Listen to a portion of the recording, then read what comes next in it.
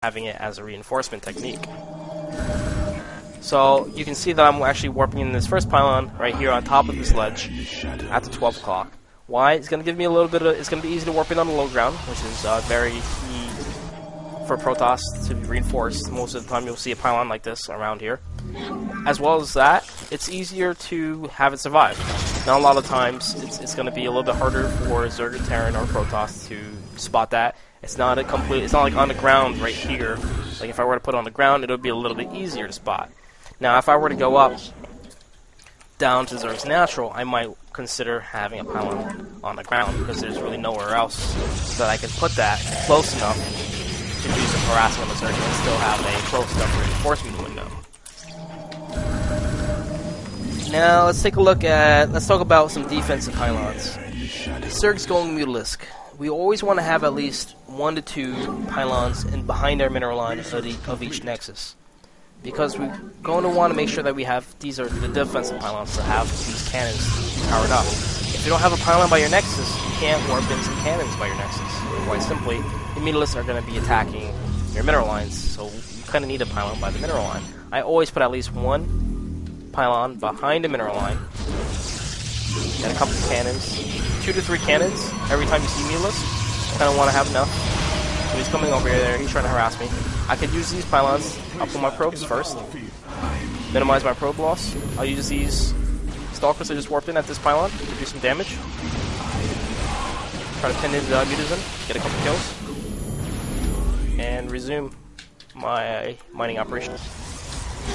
Go from there. You can see how Zerg comes in there. It's okay to have 1 pylon, because Zerg, most of the time with the Mutalisk, they're not going to be targeting things like your pylons if they're already setting in a cannon line, because they're not really that great at tanking until they get to the maximum critical number of like 50 or 60 that could kill everything.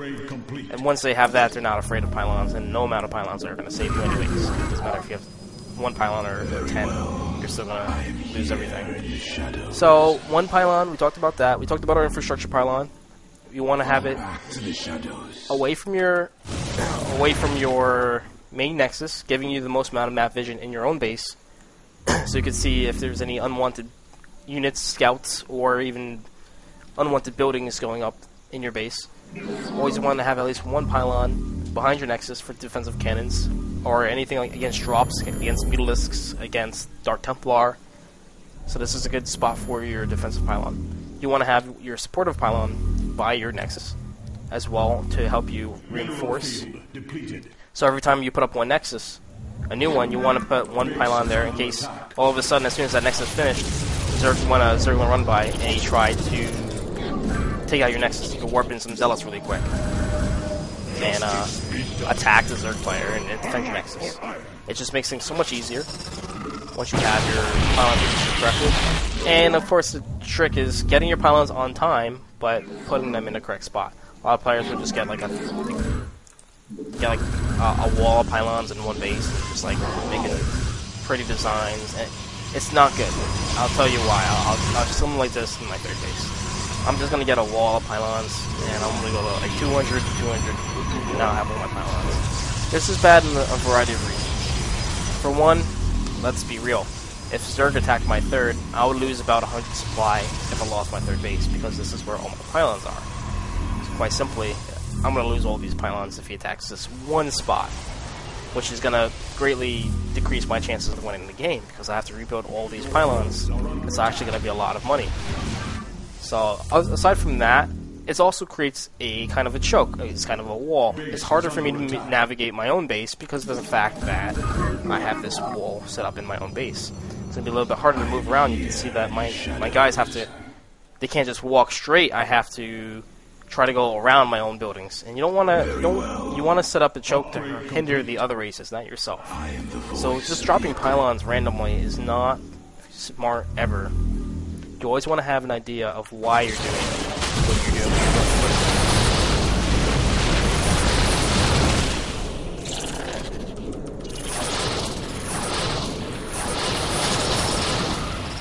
So let's go back to our pylons outside of the base. Let's talk about that a little bit more. Against races like Zerg and Terran, primarily, sometimes against Protoss, I'm sorry. We're going to want to have these pylons set up as a perimeter, as a defense, to spot things like medevac drops, to spot things like Hellions running around, spot things like Mutalisks, spot things like Zerglings coming over here. You can see this one pylon's actually looking at these rocks, so that I could see when the Zerglings are going to come around to the back of my third and attack these rocks, so I can respond by either warping in the Stalker and defending, or if I don't do that, what I can do is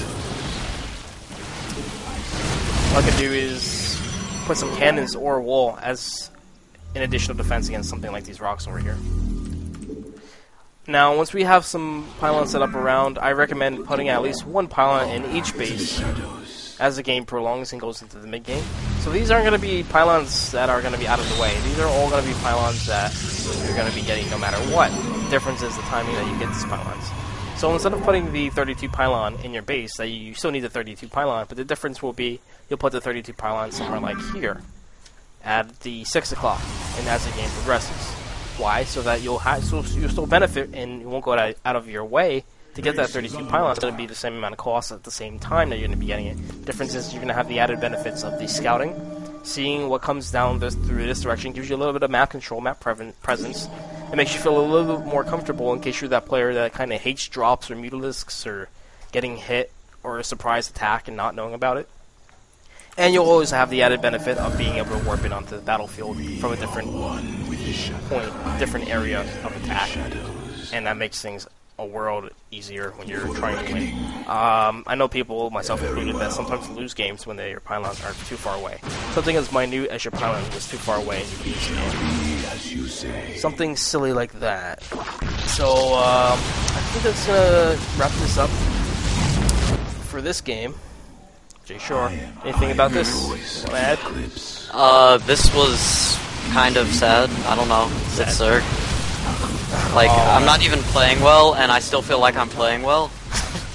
Well, I'm not actually playing to win. I have 6,000, I have about as much as you probably have, except you're but I'm supposed to have that much. You're supposed to have. But, yeah. I mean, as you can see, while my pylons are dying, it's a good thing I have multiple pylons. So we'll jump out of this game. You got the majority, you got the benefits of what to do, what not to do. You don't want to have these pylon walls set up at this third. It's too much of a choke. It's a nuisance. You want to have these pylons spread out all over the map. And it's okay to have two or three put together so that you don't have an Artosis pylon. But you don't want to have 9 or 10 pylons. It gets redundant. There's no point to do that. It's actually bad. Why don't we jump into this replay real quick? Alright. That I have a real quick game where you can see how pylons can come in handy. Now, this game's actually... I'll talk while you load up your replay. Let me know when you're at 0-0. So this is actually going to be a PvP on Zonaga Caverns. Now, what do you think of when you hear PvPs on Zonaga Caverns, Jay Shore? It's just not a fun thing. The rush distance is very close. It's so easy to proxy cheeses because you know where they are. You're right. 2-player maps. Anything can happen. It's what else? Because of the fact that it's not as big of a 4-gate fest as something like Tal'Darim is, because you still have a ramp, you still have a way to hold it off. So that's probably the only thing in its favor, honestly. You can cannon rush behind the mineral line really easily. There's just so much that can be abused and sucks to because it's a 2-player map, correct? Yeah, and I'm at 0-0. Okay. Yeah, so pretty much that. It's a short map, rush distance wise. It's a 2-player map, so you already know each other's spawns, which makes it makes it a higher chance of a proxy gate or a cannon rush. That's why already with this map being chosen in PvP, and that being said, I need to be watching out for that, and that's why you'll see me use pylons to my advantage in this map. So we're gonna unpause in 3, 2, 1. So, with that in mind, the first pylon is going to be my 9 pylon. And where do you think I should put that pylon, Jay Shore? I would put it a little bit closer to the bottom of the base, although Buyer Nexus works just as fine. But with cannon rushes as popular as they are, I want to have as much vision of my base as possible. Right. So, the one popular spot of the cannons is behind the mineral lines, like you said. But what else is a good spot for cannon rush? Just further down on the bottom where you can't see anything. All the way on the bottom? Mm-hmm. That's not as I don't popular. know. That's kind of popular for proxy gates, but actually, Yeah. you'll see by my pylon location that to the left of my Nexus is actually a very popular spot, right by the ramp actually, where they put the cannons by the natural, and then they'll walk up toward my Nexus and then start dropping some more cannons.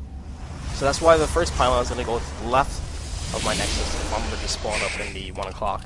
So it gives me a little bit of vision to see, okay, is there going to be a probe?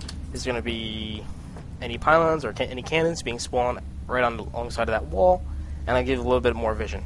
Plus, I do still have a comfortable area to build in. And we'll scout him after.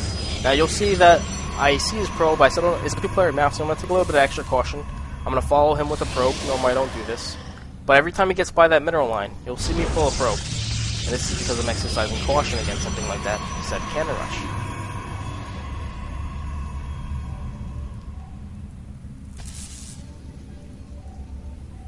So we're going to see his pylon location is going to be, like you said, a little bit above the Nexus, which is okay too, but he doesn't have any vision of the low ground, so if I was doing something like a cannon rush, he actually wouldn't know about it if I was able to hide my my buildings and my probe. So I'm not as liking his pylon placement as much as mine. You see my second pylon, the 16 pylon, is going at the bottom of my base. Still going to give me enough area to build in, and it's going to give me a little bit more vision toward the bottom area. I can't comfortably get every single area of the base with just one pylon yet, but I'm adding a little bit more and more of my main's map vision. There's still a little bit of a gray area, dark areas on my base, but I'm kind of minimizing that as I go along with just 2 pylons. Do you see how that makes sense? Mm-hmm. That's definitely something important to do now. I'm confused by this guy's build a lot. Which ones? The pink guys. I don't understand what he's doing. Geek Gas Cyber Gas? Yeah, but he's just really behind. Oh, he's pretty. I don't know. Pretty even. Like his core isn't even finished. Oh, my, I did a, this game I did 12 gate. Not the 13. But yeah, his stuff is a little late. His stuff is a little bit late. But, aside from build orders, we see Pink's pylon is pretty good too. It's going to be able to, it's close to the ramp, so in case of a defensive, if you're defending against a 4-gate, you have easy access to warp in by the top of the ramp so you can help defend. Now, that's exactly what I'm doing. I'm warping in my defender pylon, basically, against anything like a 4-gate, where I still have access to warp in at the top of the ramp. But I also, you can see from my pylon, I could also warp in on the low ground. You see how that makes sense? Mm-hmm. I still cover my top of the ramp for defense, but I also have that offensive. Okay, now I could also warp in at the low, on the low ground. Then I have this one pylon. This one pylon I actually probably could have put down at the very, very bottom of the base if I wanted to spot things like war prisms or spot things like observers. If I see like an observer ripple coming down, anything like that, or a Colossus, blink stalkers, blink ops, whatever the case may be. But this one's okay too because I'm covering. I don't have an Artosis pylon with this pylon I put up. You can, if you click on my pylons, you'll see how I kind of have like a perimeter set up. It's kind of overlapping with both my robotics as well as my gateways. So that's okay as well. Now here's one thing that's kind of important to note for the both of us. There's going to be this little area in the back of my base that I'm going to now have a little bit of vision of. Do you see that in the bottom right?